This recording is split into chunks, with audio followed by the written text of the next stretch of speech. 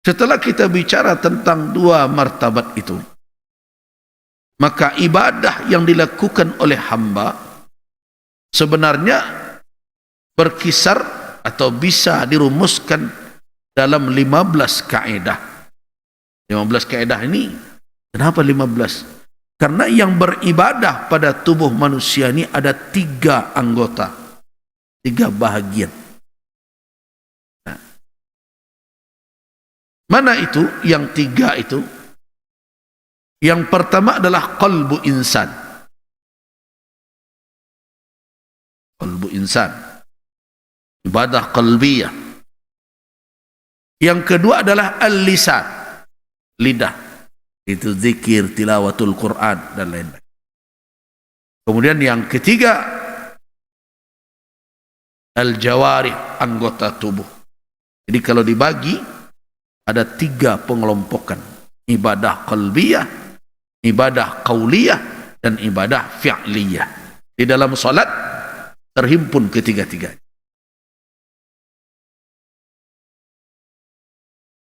Ibadah qalbiyah seperti niat, itu ibadah qalbiyah. Kalau khusyuk bagaimana? Khusyuk itu berserikat antara ibadah qalbiyah dengan ibadah jawari. Karena itu kalau mau khusyuk salat, qalbu harus berfungsi dan anggota tubuh juga. Kalau anggota tubuh tidak terkendali, itu alamat akan terganggu kekhusyukan qalbu.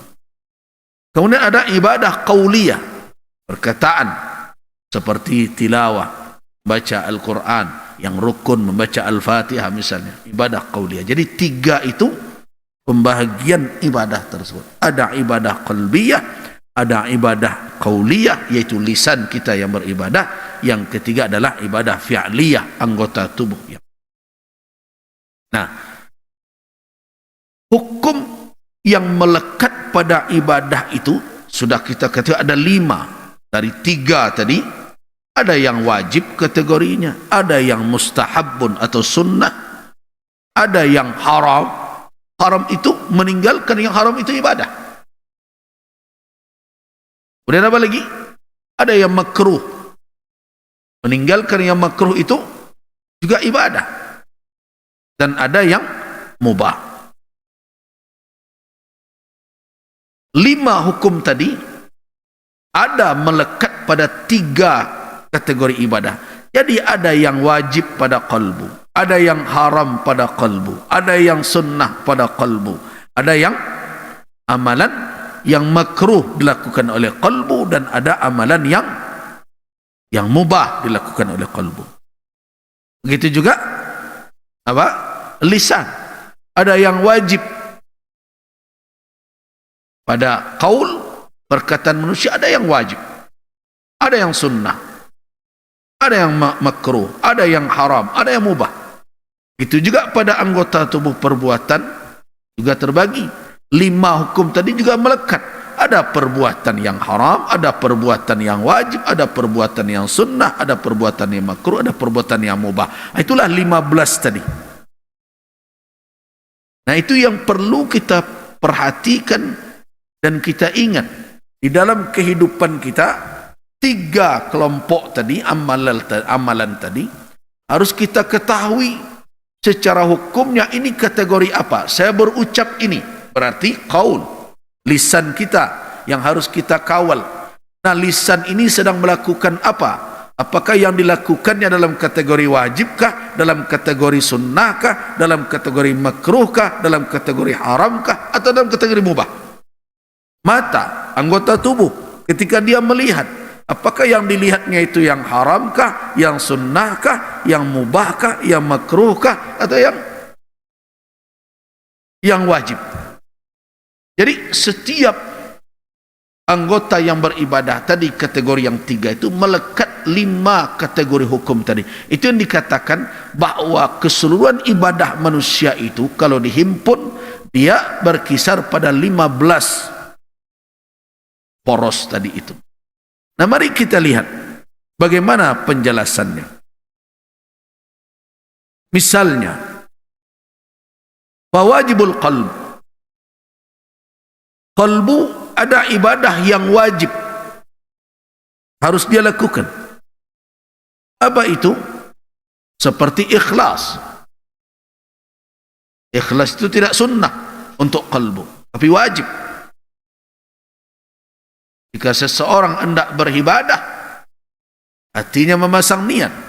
Di dalam niat itu harus ada keikhlasan. Kalau hilang keikhlasan dia, menyelusuplah apa? Menyelusup yang lain. Menyelusup riya. Jatuh orang kepada kesyirikan.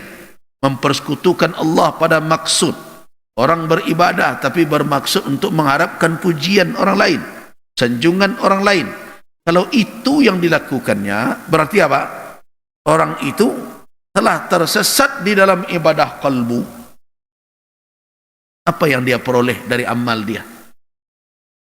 Walaupun anggota tubuhnya melakukan sesuai petunjuk syariat, walaupun lisannya berucap menurut petunjuk syariat, tetapi ketika niatnya yang wajib harus dia hadirkan dalam ibadah qalbiyah, yaitu ikhlas tidak hadir, apa gunanya lisan tadi? Apa gunanya perbuatan tadi? Kan itu yang dikatakan oleh Allah dalam hadis qudsi, man asyrakani, siapa saja yang mempersekutukan aku dengan yang lain, siapa saja yang berbuat amal tapi mempersekutukan aku dengan yang lain, ja'altuhu li syariki, aku jadikan amalan itu untuk sekutu itu.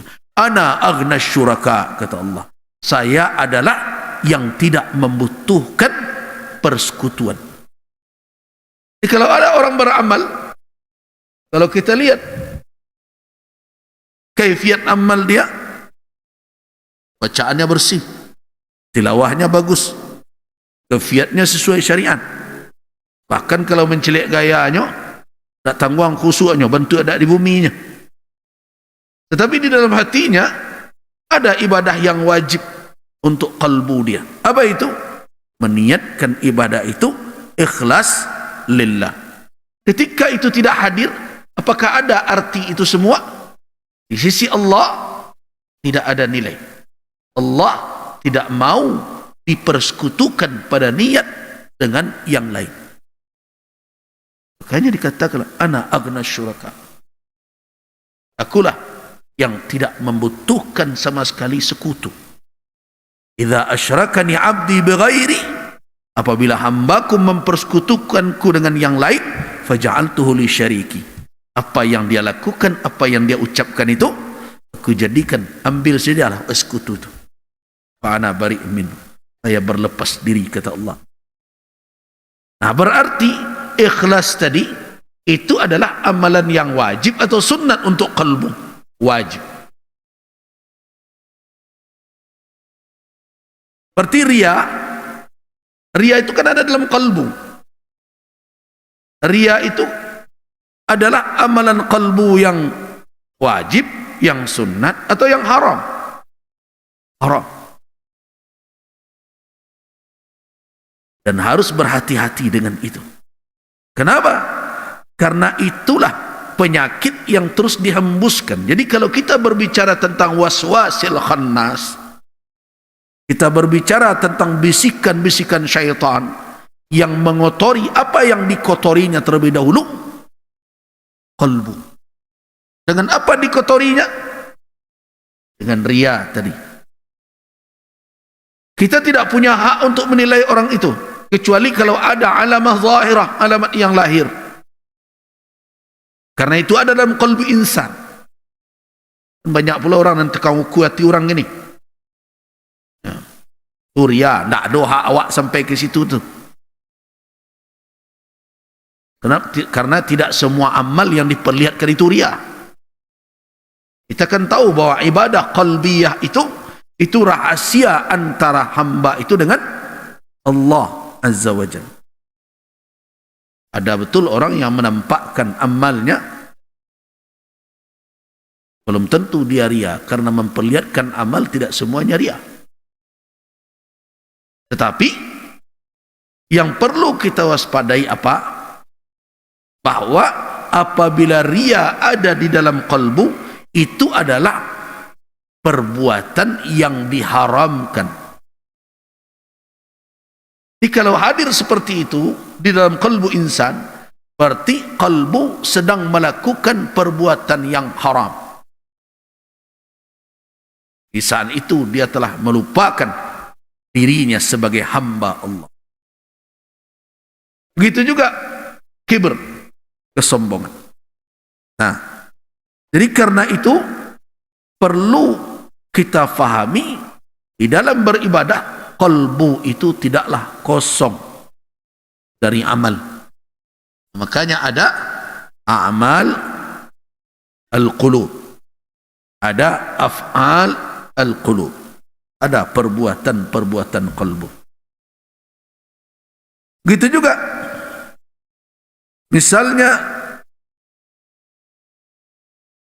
yang dilakukan oleh perkataan, oleh lisan. Seperti apa? Seperti mencela, mencaci, berbohong. Semua itu adalah yang haram. Tapi ada yang wajib. Seperti membaca Al-Fatihah, takbiratul ihram. Ada juga yang jatuh dalam kategori fardu kifayah, seperti mencegah kemungkaran dengan lisan sebagainya. Itu adalah a'mal al-lisan atau a'mal qauliyah namanya, perkataan. Yang ketiga adalah a'malul jawarih. Nah, ini bisa terbagi seluruh perbuatan itu. Kalau jatuh dia kepada yang terlarang, maka itulah yang disebut dengan maksiat, kedurhakaan. Nah, nanti dibagi oleh ulama menjadi apa? Ada yang dalam kategori kabair, yang besar, ada dalam kategori shaghair. Tapi jangan memandang enteng dosa kecil. Kalau ditumpuk terus, dia akan menggunung dan menjadi besar. Karena itu tidak ada dosa besar kalau diiringi dengan istighfar, dengan taubat kepada Allah, dan tidak ada dosa kecil kalau terus menerus dilakukan. Nah, karena itu jangan istighfar, memandang enteng dan dosa keteknya kok. Nah, ini yang dikatakan dengan riha, tentang 3 bentuk amalan tadi. Ada 15. Kita ambil contoh. Di antara yang terlarang hadir di dalam kalbu tadi kibir, kesombongan, riya, termasuk ujub, termasuk iri hati, dengki, termasuk juga lalai, termasuk juga kemunafikan. Semua itu adalah kemaksiatan kalbu yang diharamkan untuk menjadi pakaian dari kalbu kita. Dan itulah yang dihembuskan oleh syaitan ke dalam hati anak Adam. Nah, bahayanya kemaksiatan kalbu ini, dia tidak akan berhenti di batas itu. Dia akan mendorong nanti lisan dan anggota tubuh untuk melakukan perbuatan yang mendurhakai pula kepada Allah Subhanahu wa taala. Jadi makanya jangan dipelihara. Atau gunanya kalau ada orang menyebut acok muraqabah, muhasabah.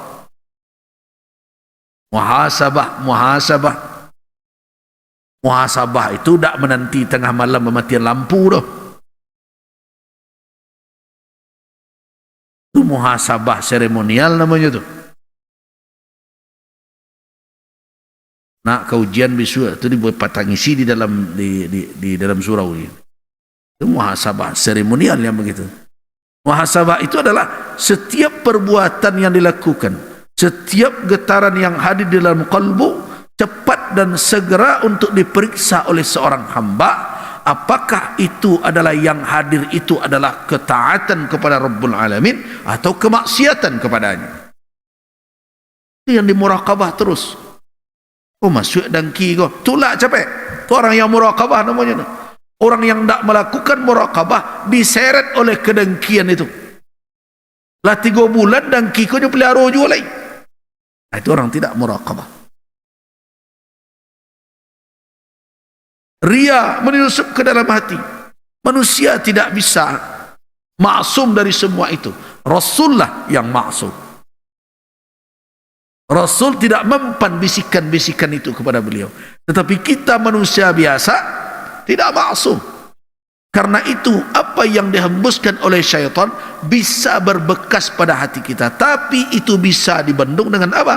Ketika seseorang tetap muraqabah terhadap situasi kalbu dia, maka dia cepat menolaknya. Bahayanya kalau dibiarnya taganang dahulu. Kan tahu kan kalau nanti taganang tu busuk. Kalau lah busuk payah membersihkan. Nah, kira-kira hati awak kau lah baralam mau taganang. Ada nak menyimpan dendam 20 tahun. Bersua je orang tu. Amak je mata dan walaupun lah 20 tahun gitu.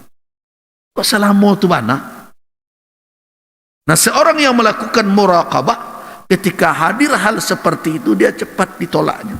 Allah tidak rida kalau ini menjadi pakaian kalbu saya. Nah, menolak itulah yang dikatakan mujahadah namanya. Jadi kalau orang berjihad untuk menolak hawa nafsunya, orang itu harus melakukan pengawasan terhadap kalbunya. Kenapa? Karena syahwat itu digerakkan oleh syaitan untuk apa? Untuk mengotori kalbu insan.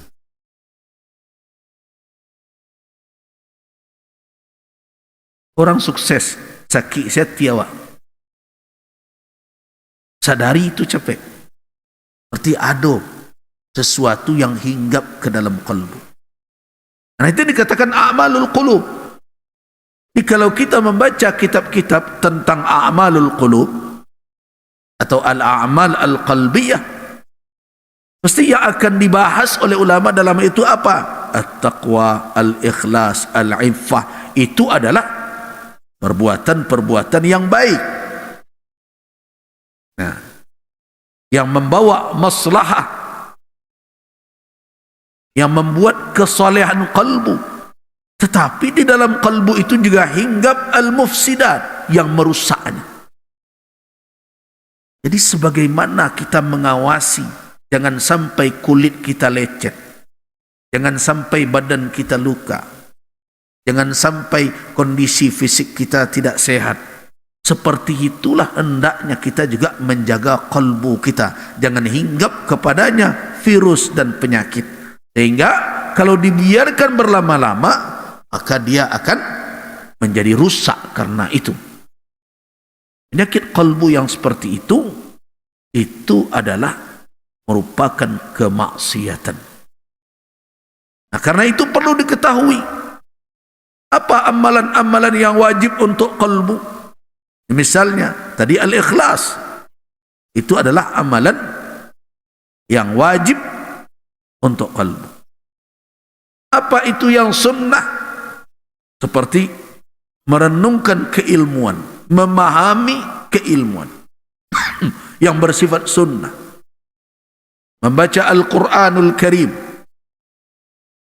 kemudian berikutnya berzikir di dalam kalbu sejauh kemampuan kita.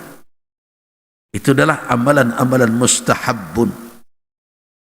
Apa yang makruh? Sebaliknya, apa itu? Mendengarkan segala hal yang makruh kemudian singgap ke dalam hati kita. Hati-hati.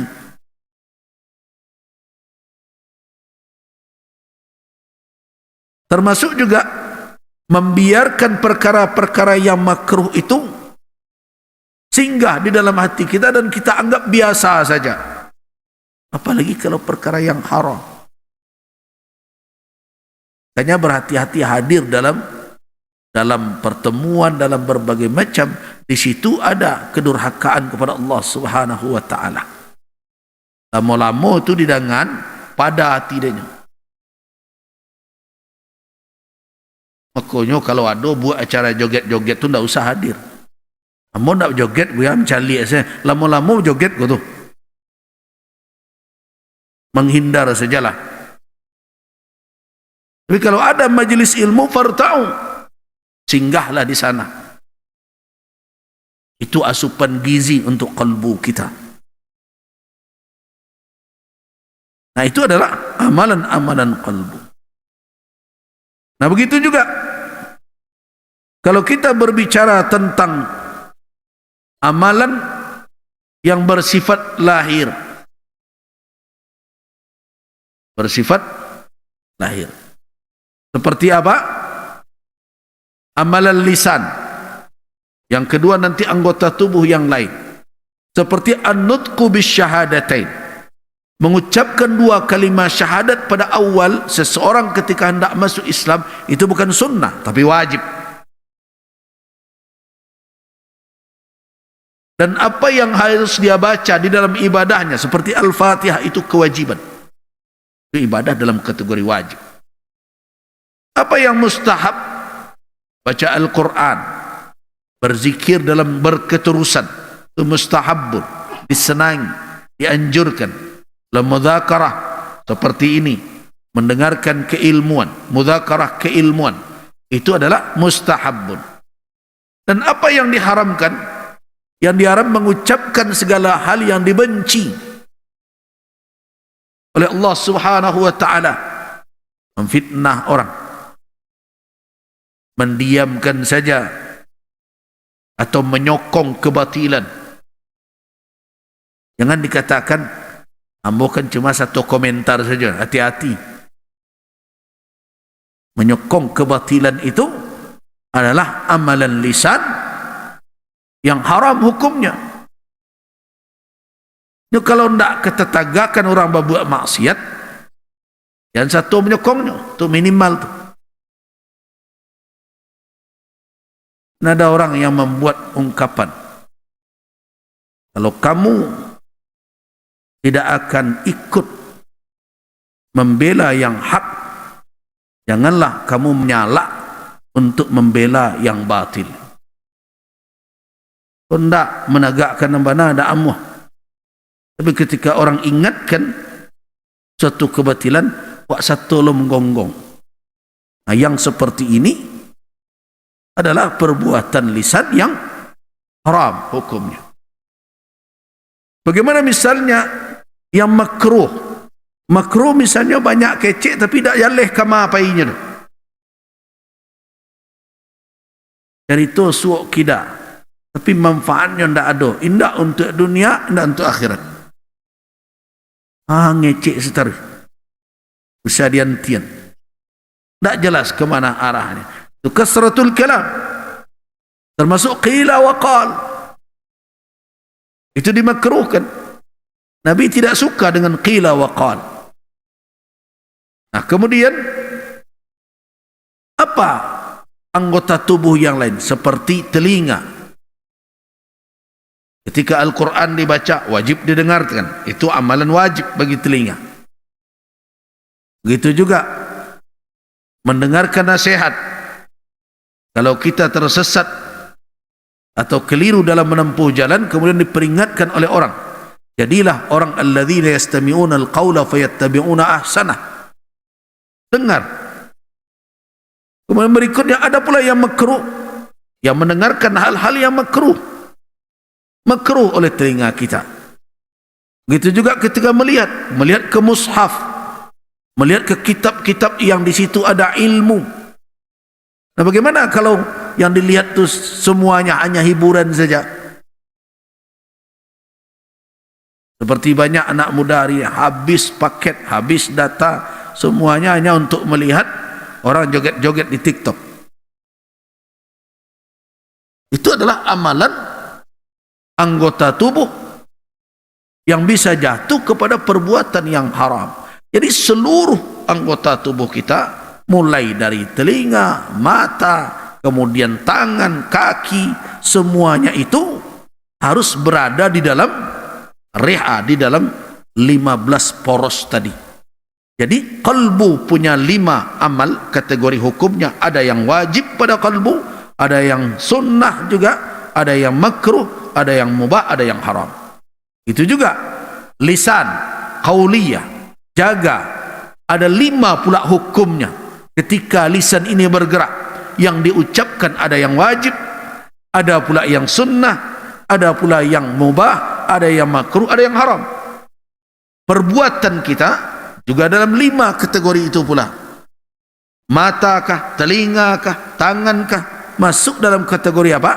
Ada yang wajib, ada yang sunnah, ada yang mubah, ada makruh, ada yang haram. Nah, orang yang ingin meningkatkan ubudiyahnya, 3 kelompok amal tadi dia jaga dan dia tempatkan dalam kategori yang dicintai oleh Allah Subhanahu wa taala. Jadi tidak cukup hanya kalbu saja. Lisan juga harus dijaga. Tidak cukup lisan saja, tapi hati berkarat. Juga tidak bisa. Tidak cukup lisan bagus, hati lumayan, tetapi perbuatan menimbulkan kerusakan kepada orang lain. Coba lihat. Min husni islamil mar'i tarkuhu ma la ya'ni.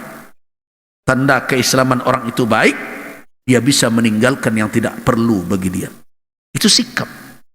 Walaupun hatinya baik, lisannya tidak, tetapi dia ikut campur sering dengan hal yang tidak penting dan tidak perlu baginya.